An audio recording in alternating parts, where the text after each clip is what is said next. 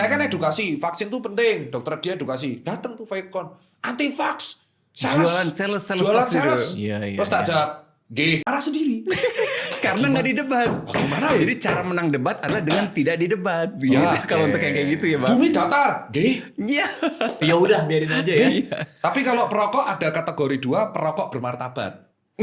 Oh, belum tahu kan? Dokter dia belum tahu nih. Apa ini bro? Pertama Dokter perokok bermartabat itu dia perokok, dia tahu dia ngerokok, dia tahu ngerokok berbahaya, tapi dia nggak bisa lepas. Oh. Tapi setidaknya dia tidak merugikan sekitarnya.